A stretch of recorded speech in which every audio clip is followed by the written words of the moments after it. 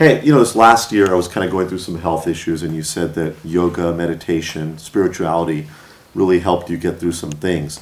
Anything, one or two tips you have for me before we cut to the next segment? Sure, I Meditation? always love a dose Yeah. of philosophy and Yeah. spiritualism Yeah. in our life. Yeah. And that's important, and that'll get you over a lot of pain that you go through. I'm not saying it'll go away, Right. but it's easier to deal with it in some way. And you know, the Maharajas and the Rishis and all are able to do it in a way that we probably can't. We can think about it, but they do it because they're separate. We'll be right back with Sabina and Prabha Duneja.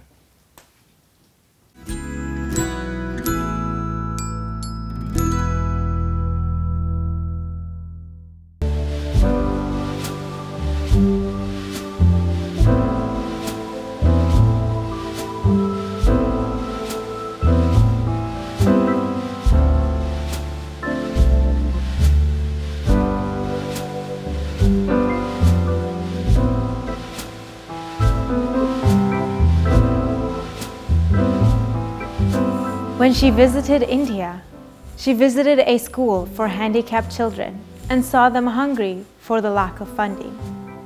She returned to the US and wanted to resolve the problem. Every year, she raises over $10,000 for their well-being. Who is this inspirational lady? Well, it is our very own Mrs. Prabha Duneja, the president of the Gita Society. For today's episode, we will be meeting Mrs. Prabha Duneja, a Hindu scholar, author, and the president of the Gita Society. She has many feathers on her cap, but we'll be talking about young women and the issues that they may face every day. So I recently read that you won the Global Citizen Award. Do you mind talking a little bit about that award and what it entails? Yes, Global Citizen Award was given to me by United Nations Association Bay Area, and that was because of the services Gita Society provides in India to orphanages and schools, and also in South Africa. We are supporting several orphanages, but most of our work is focused on the girls' orphanage. And this is known as Arya Kanya Sadan, and it's in Faridabad. And I was introduced to that orphanage on my 50th birthday. And I was so impressed by their work, and so I decided to help them. Do you think that an education has changed the way a woman might think? Like, for example, they are more career focused as opposed to wanting to get married and have a family at an early age? Yes, that is the thing which really I was touched, and I was really impressed that they want to be professional. And also they know that if they are educated and they are professional, then they will find the right person also to get married, you know, the right family. So tying in what you had to say about the orphanage and education, college these days are a very high stress zone. What are some advice you may have so that college kids can learn to balance everything? First of all, you know, every student has to understand one thing, that they are the responsible member of society. And whatever a person does, a student does, it's not just for concerning him or herself. It involves the entire society, parents and community.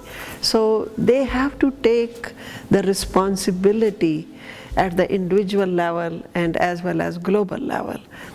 So for that, it is very important to find time for some prayer and yoga every day. It may sound odd, but I personally believe that they have to find time for yoga so that they can be in touch with themselves. I mean, that's really good what you said, because I know a lot of students nowadays, it really takes an effort just to try and meditate or get 5 minutes out of their day just for themselves between midterms, internship, and work. So it gets really hectic in school. So kind of tying that into commitments, because we don't have a lot of time to have commitments or relationships. Like, what is your view on like having commitments and how students nowadays might not feel that it's a priority, and that's something that they may not want to pursue? They think that marriage is somewhat like a burden, like it's too hard, it's like laid out by the law, and it's not something that they're comfortable doing. Yeah, that's something I have noticed in the society, that people are losing respect for the institute of marriage. And although marriage is a commitment, but at the same time, it's a relationship ordained by God Himself, which helps the individual at the individual level and also helps the society in which they live. Oh, that's so interesting. And tying that into like societal like roles, how do you think a woman's role is defined as like a daughter, a mother, or like a mother-in-law, like between those different roles? The life of a student at college, when she enters into the fast-moving stream of married life and also the professional life, it sometimes can become very stressful on her, like keeping everybody happy, you know, cooking the food at home and taking care of things. And because a woman is expected to